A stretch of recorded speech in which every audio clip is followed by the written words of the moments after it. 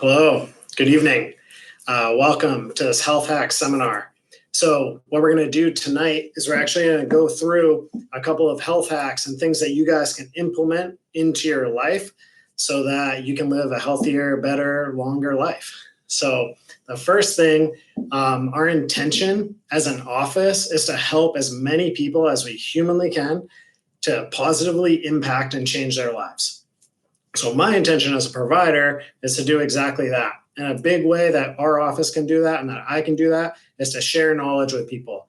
So thank you for those of you that logged in tonight live, and we will be sharing this information later so that you guys can take advantage of these health hacks and these benefits. So that word's thrown around a lot. What is hacking or biohacking? So really what we're trying to do is we're using a process that we call hormesis. So what that means is we're exposing our body to a little bit of a stress that creates a physiological change. So we're taking advantage of the fact that that little bit of stress is going to give us a positive physiological benefit. And I've taken a couple of these hacks that we're going to go through tonight.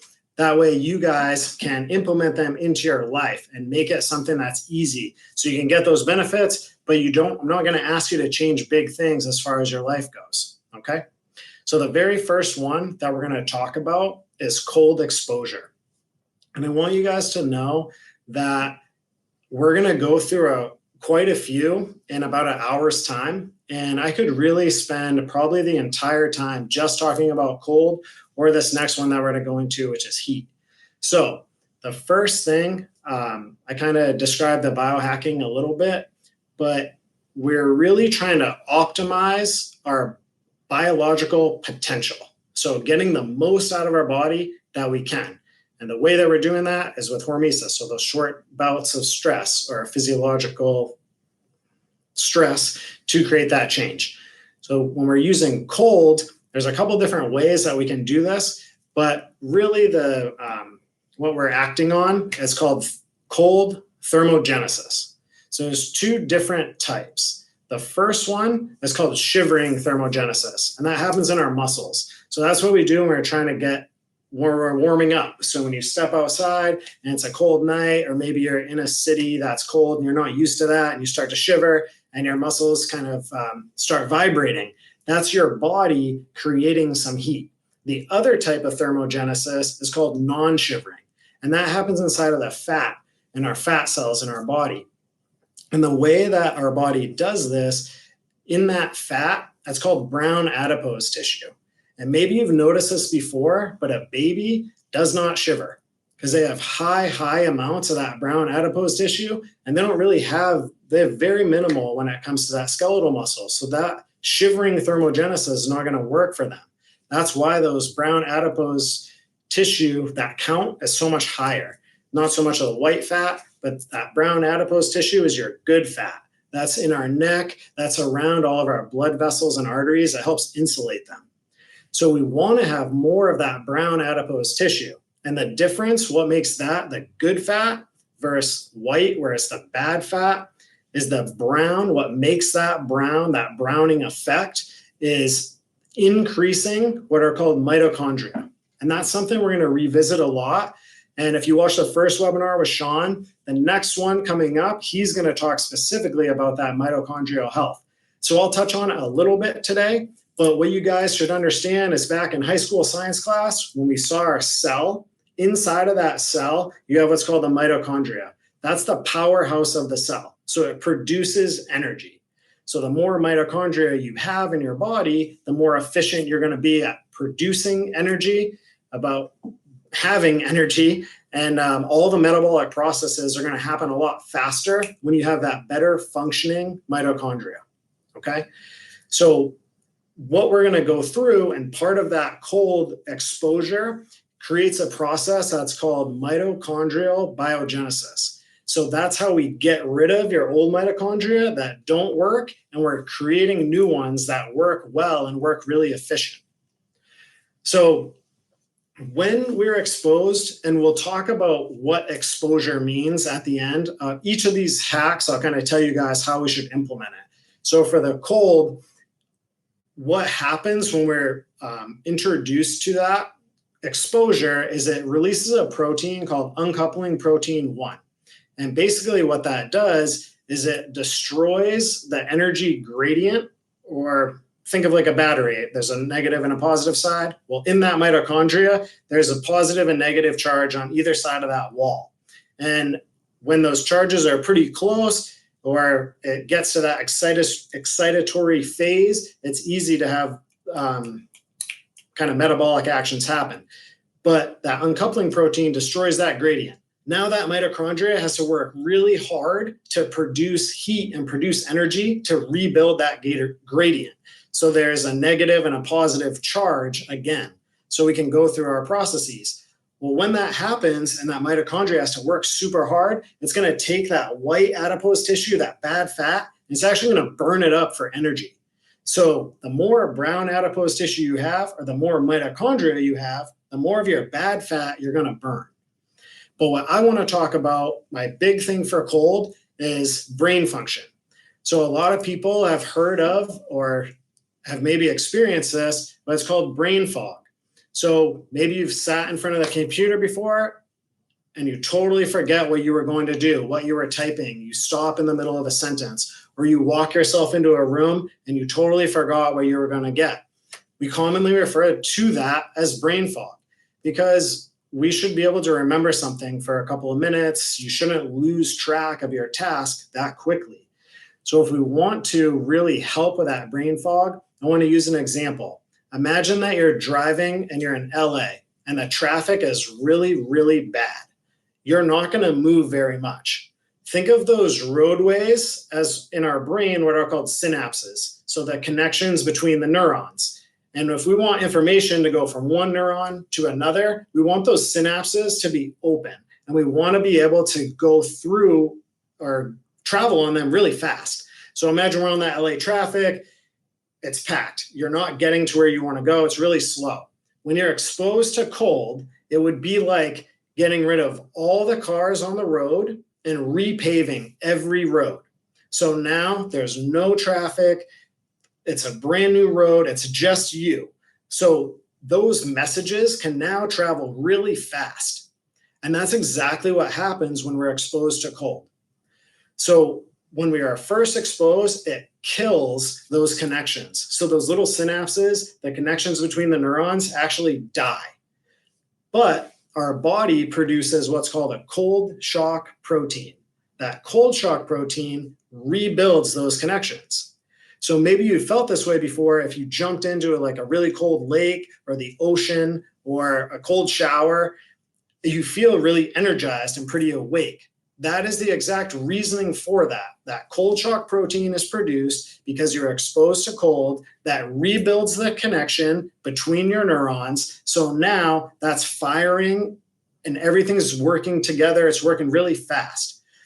So as far as implementing this, what I would recommend for most people, and again, there's multiple ways that we can implement and use a lot of these hacks. But what I would recommend for most people is when you take your shower in the morning and you finish kind of the hygienic portion, you wash your hair, you wash your body, you're rinsed off, you're just going to start to turn the temperature down. Now on day one, you do not need to tolerate your shower as cold as it possibly goes right off the bat. You can start to turn that down. You want to aim to try to tolerate it for 20 to 30 seconds. Our goal would be 20 seconds at 40 degrees.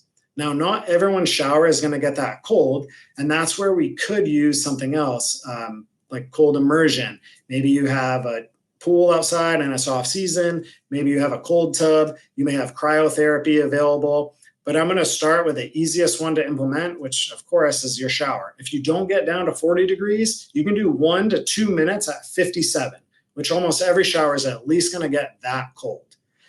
So again, you're taking your normal shower. At the end, you're trying to turn that down to something that you can tolerate as cold as you can. So we're shooting for that 20 seconds at 40 degrees. I recommend getting in a positive mind state, trying to say something positive, maybe out loud, because it's uncomfortable. It doesn't feel good. But you'll notice if you start that on Monday, even by the end of the week, you will be able to tolerate that cold a lot better. And you will see that your body has actually started to adapt to that. So that's our first health hack, is using cold. The big benefit I want to focus on is the mental function, because all of these that we're going to go over today are going to kind of tie together. But there's a lot of other functions that come together from using that cold. We're increasing our mood. You're increasing your body's ability to burn fat. As we talked about that non-shivering thermogenesis, you burn up that white adipose tissue. Also, this kind of builds on itself, because the more you're exposed to the cold, your body's going to build more of those mitochondria. So the more mitochondria it builds, you're just increasing those effects more and more and more and more. If you guys are familiar with him, Wim Hof, we used him on the picture for the ad, but he's kind of really known as the master when it comes to this cold exposure and getting a lot of these benefits. But just to give you an idea of someone who basically has done daily cold exposure for a few decades now, he actually ran a full marathon in Finland, so above the Arctic Circle. It was -4 degrees, and he only wore shorts.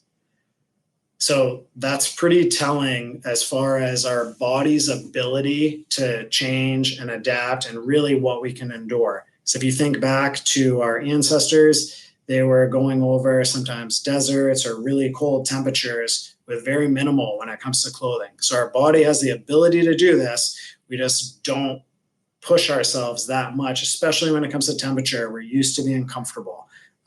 If we're in a cold place, we wear a lot more. If we're hot, we have AC.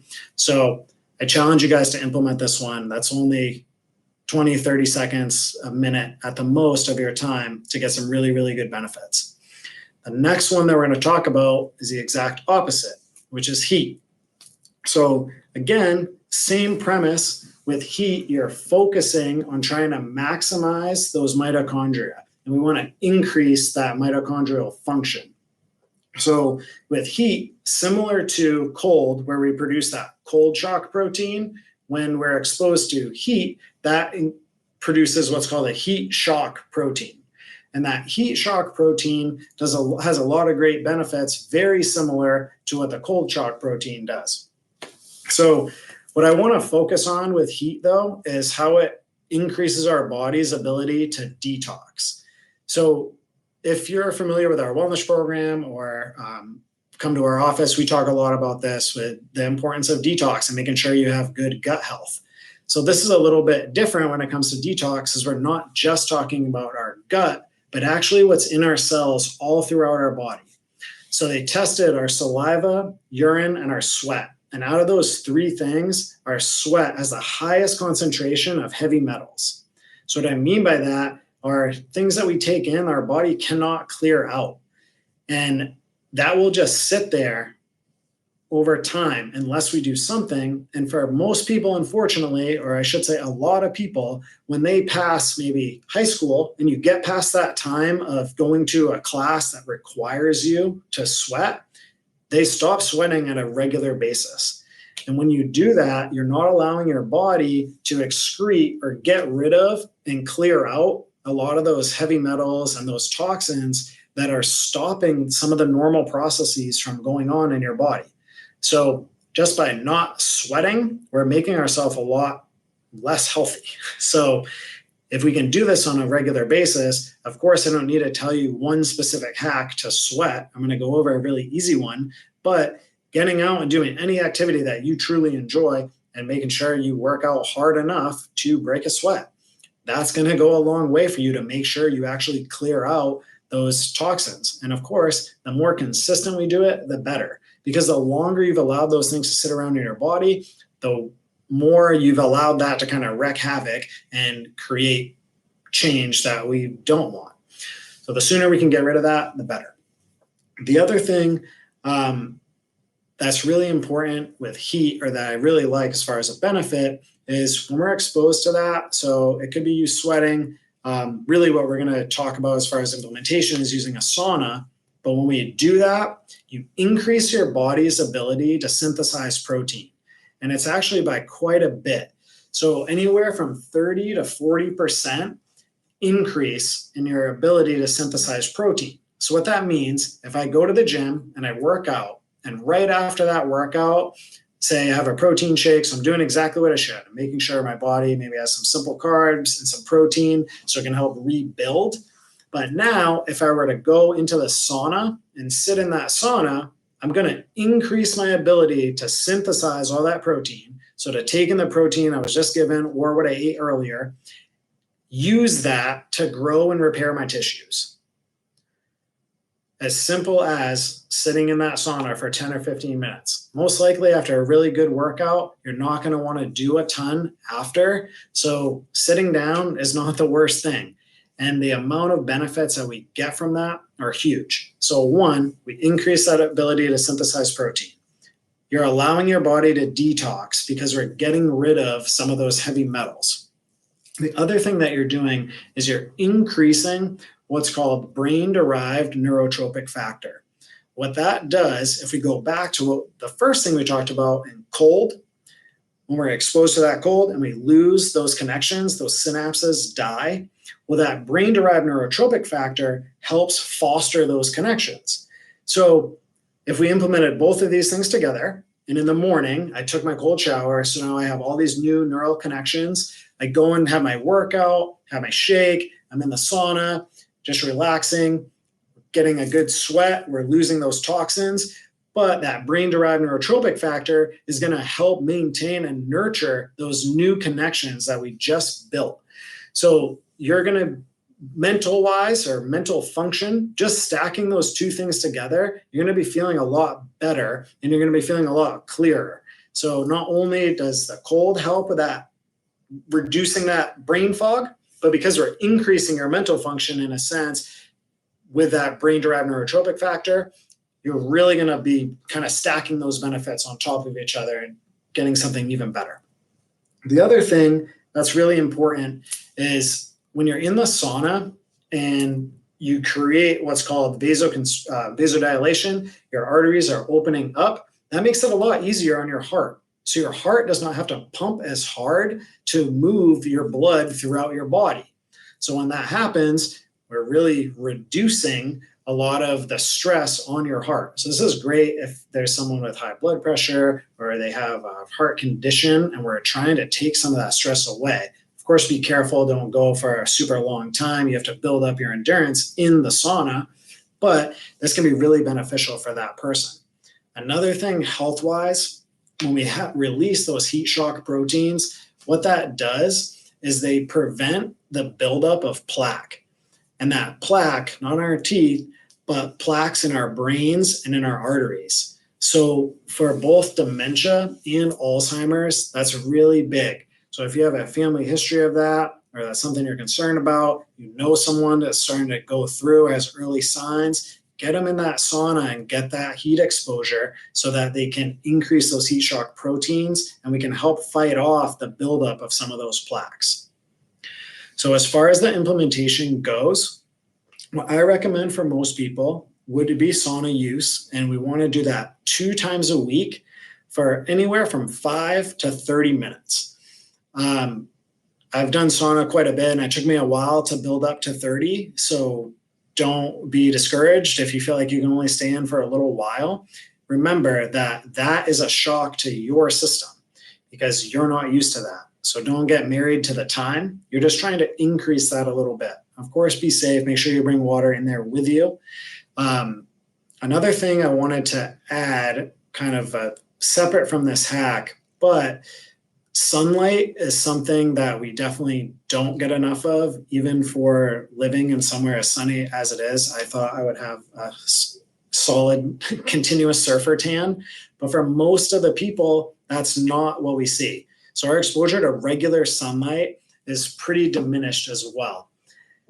And that can be important for a couple different things. But just in general, when we go out in the light, our brain, or I should say our body, is used to, if you go out in the early morning time when the sun is lower and your eyes take in those rays, it's actually releasing a couple things to prep your eyes for those more direct rays later. But most of us are exposed to just artificial light during the day, and maybe at lunchtime you go out or later in the day and you only get those very, very direct rays. So a lot of the research now, like Dr. Mercola and a lot of these other people are saying, like, ditch your sunglasses because it blocks all of those UV rays. It's not letting anything in. But some of that is good for us, for our eyes, also for our skin. When we increase that vitamin D, is really good. So as a side note, try to get out in the sunlight when it's not those peak hours. So a little earlier in the day. A sunset is super pretty, but if you do want sunglasses then, because that's very direct. But having some regular sun exposure is really good for a lot of things. But just make sure when you're out there, you don't always have your sunglasses on. You want to spend some time without that. All right. So the next hack that we're going to go into, this one's a pretty big subject. So I felt daring to call it a hack, but I'm only asking you to do one part. And this is intermittent fasting. The reason I bring this one up my big benefit I want you guys to get from it is that we can increase your human growth hormone production. That hormone is so important in our body and it can do so many amazing things that if you have an ability to do that and it's not super hard to do, I think we should do it. So a lot of people have heard of intermittent fasting before, but we'll kind of back up and talk about why this is important and why it's something that's worth your time. So the first thing we'll talk about is, how does our body use energy? So there's basically three main things our body can use, and that's protein, carbohydrates, and fats. So for both carbohydrates and protein, you get 4 kilocalories of energy. So in every calorie, you're getting 4 energy-wise. Just think of it that way. With fat, we get 9. So that is a much more energy dense. It's more than double what you're getting from the carb or from a protein. However, it takes a lot longer for our body to break down that fat to use. So that pathway isn't the best way to use that, or isn't the most efficient, I should say. Your body's preference is glucose, which is breaking down that carb into a sugar to use, or sometimes breaking down that protein as well. So the number one is if we can get our body to burn fat, that's going to be better in the sense of your mental function. When your body is burning fat, your brain likes that as a fuel. So ketones are what that fat becomes, so our brain can use it. But that's kind of just the background of those 3 energy sources, because most people want to burn fat. But when do we ever burn fat? Because our body is still going to have glucose until 8 hours after that last ingested meal. So if you have dinner, what do most people sleep? 8 hours, and then they get up. The first thing they do is eat again. So my body has glucose to use that whole time. It's not going to push or switch over into burning fat because there's no need to at this point. But the way we can do this, and let me tie this back into the HGH, when you're sleeping, that human growth hormone is released inversely related to your insulin. So if I just had a big meal, my insulin's really high, my body's not going to release that human growth hormone at all. But for most of us, when we're sleeping and that insulin level is really low, that's when your body is going to release that human growth hormone. So if we know that, and we know that it's that inverse relationship, and we can play with that a little bit and change and adjust those times so we have a longer time that we're releasing that human growth hormone. And the way we can do this, the split that I would recommend that we do for intermittent fasting is a 16-hour off period, so non-feeding window, you're not eating, and an 8-hour period that we're eating. So for most people, that just means stopping eating a little sooner and then starting eating a little later, because the 8 hours that you're sleeping counts for your 16. So we're just trying to add 4 hours on the one end and 4 hours on the other end, because now you have your 16. So you're doubling that amount of time that your body normally would have released human growth hormone if you sleep 8 hours solid. So within that time period, now your body's releasing that human growth hormone. We can really get that a lot higher, which works on your nails, your skin, your hair, and of course helps grow and build tissue in our body. So that's really like our fountain of youth hormone. And the more of that we can have, the better off we're going to be. So that's why I really like intermittent fasting if you're trying to increase this and change the levels that are in your own body. This is a really good, and to me, easy way to do that, because you don't have to jump to 4 hours on each end the first night you do it. Just start by incrementally maybe moving your dinner time to a half hour, moving things up, and then especially your breakfast time. Don't try to go from never having done any type of fasting to skipping breakfast and not eating till lunch. Of course, you're going to feel miserable. Your body is used to burning glucose all the time. So now your body is going to send off a million little fire alarms. Where's my food? Where's my food? I haven't eaten. What's going on? Until your body is used to being in ketosis or burning fat as an energy source. And that's a whole separate conversation. But we don't have to have a ketogenic diet or really worry about how much time we spend in ketosis. If we can just implement this and use it to increase the amount of time that we're releasing that human growth hormone. Okay. So as far as the implementation goes, your dinner, you're trying to eat a little sooner, at least trying to give yourself 4 hours of non-eating time before bed. And then your breakfast, you're just trying to push that out. So I would recommend going by half-hour increments until you can build up to that full 4 where you just skip breakfast and the first intake that you have for the day is that lunch meal or just your first meal. It doesn't have to be lunch food. But think of the 3 ways our body uses energy, because most people, they go through that fast, right? Or just the sleep time when you're not burning glucose, and that finally cleared, your body would be burning fat right when you wake up. But most people, the first thing they have is something like high carb. And I would say the typical on-the-go person, right? If they're busy, maybe they're helping getting their family ready for the day, and they run out the door and they're grabbing that muffin or bagel or something that's really high carb. So it's very counteractive to what we're trying to do, where we want to increase that window, not immediately break it and break it with something bad. So that's what I would recommend if we're trying to increase that human growth hormone, right? The next thing that we're going to get into is posture. So that may not sound like a health hack, but I feel like this is brought up all the time. Everyone's heard, oh, sit up straight, stand up straight, posture is important, but no one ever says why. No one ever at a young age told me sit up straight because it was just sit up straight or else. So I think it's important to have an understanding of why is our posture important and how does it help us? Well, the normal curvatures in our spine, so forward in the neck, like a reverse C curve this way, and then a C curvature in our mid back, and then reverse again in our low back. Well, those curvatures set up our discs on a really level plane line so that when we're compressed down, if I have a bar on my back or I'm lifting up something heavy and that's forcing my spine down, just like an accordion, those normal curvatures allow my disc to handle pressure really evenly. If I don't have those curvatures or I have too much of a curvature, it's going to put all that pressure on the back of the disc or all that pressure on the front of the disc. It's not going to take it evenly. So think about in your car. If my alignment's off a little bit and my passenger's front tire keeps wearing out weird compared to the other ones, and then one of the back tires, I wouldn't just endlessly replace those tires for the rest of my life. We look at that alignment. There's something that's changing the way those are taking pressure.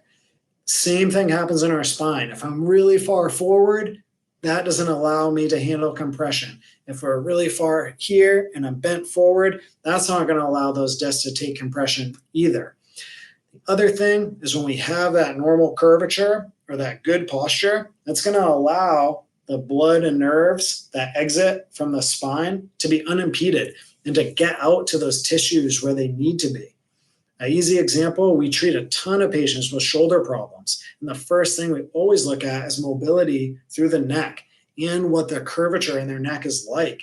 if they have really limited mobility and a really decreased curvature in the neck, I know that they're not getting blood and nerve supply out to that shoulder. So working on the shoulder is like having a construction site, but there's no roads to bring in new materials or to get rid of any debris that we create.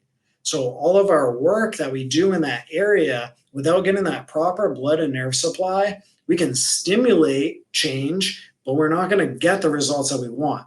So posture is hugely important when it comes to making sure all of the organs and muscles in our body are getting that proper blood and nerve supply. And I bring this one up because if you're watching, you have access to a computer or a phone, and most of us, so many of us, are very forward here, okay? And that is not where we want to be sitting all the time. So I'm going to go over a really easy way that you can start to work on this.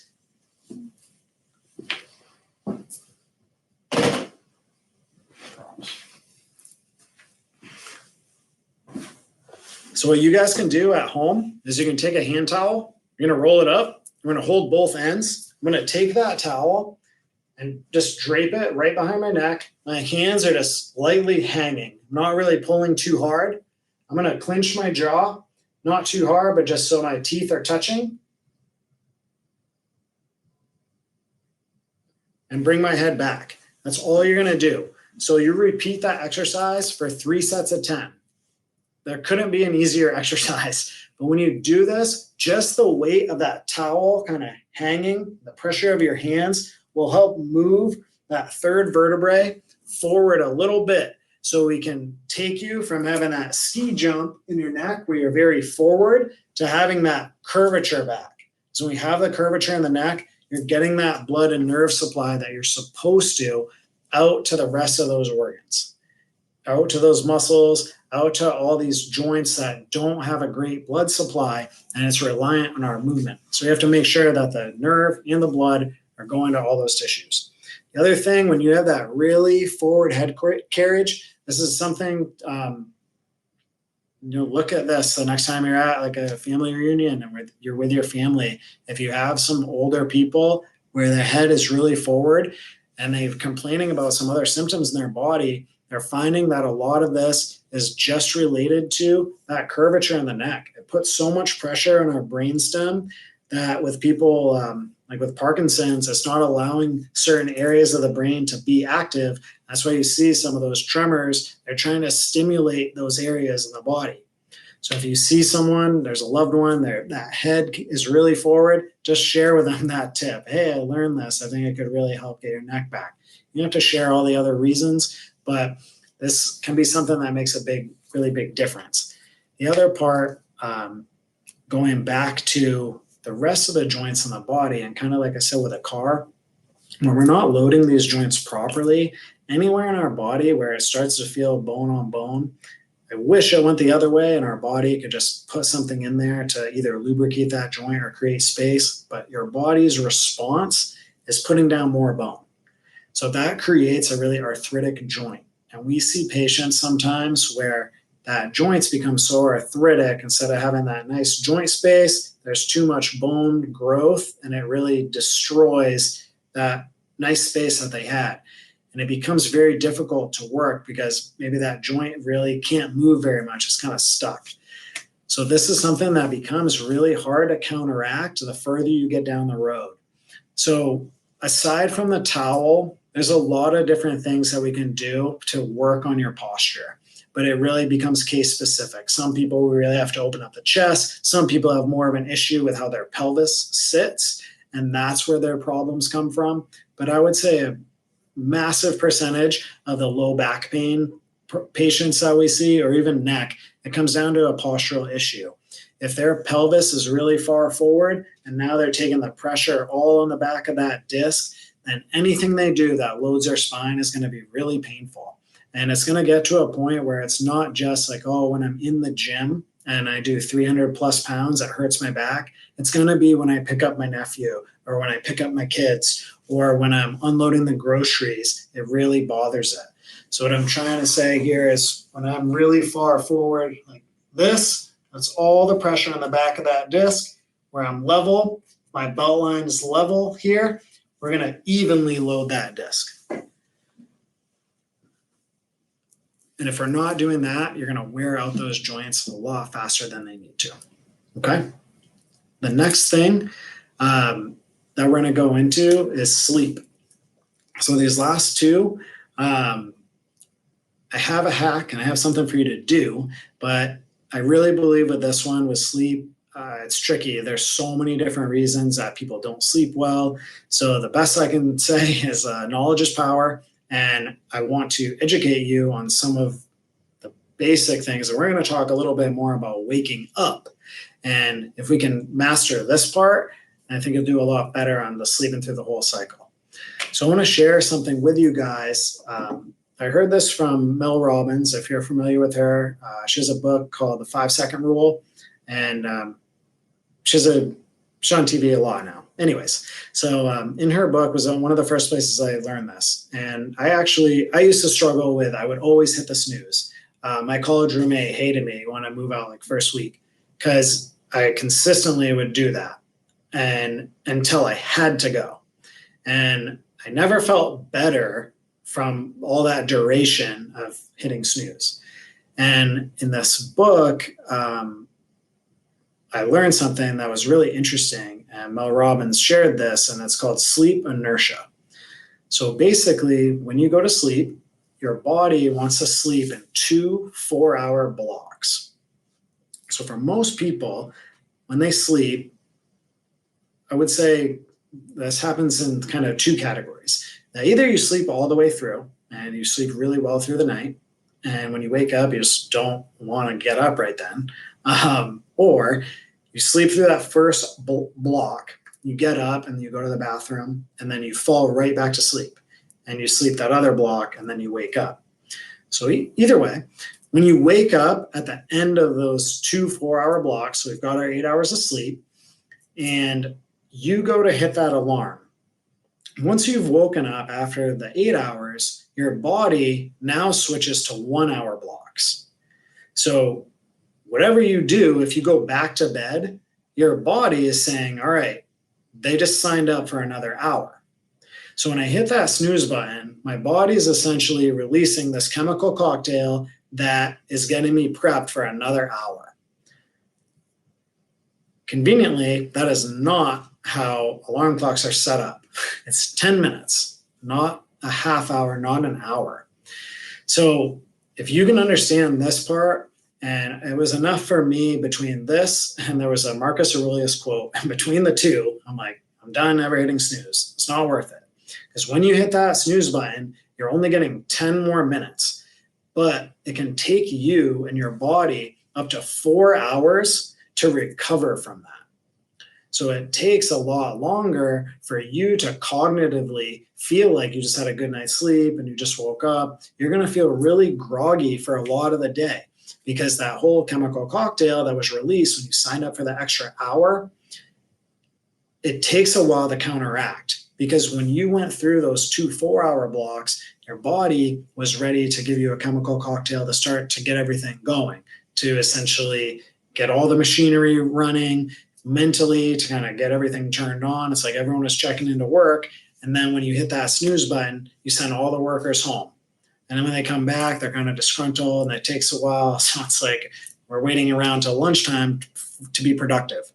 And that's what you're robbing yourself of when you hit that snooze. The other thing that happens to most people, it's kind of a vicious cycle. If you're hitting snooze all the time and you feel kind of groggy during the day, then you can't wait to go to bed again. And you probably feel like you never get enough sleep. So when that goes off and you hit it again and you just keep perpetuating that cycle.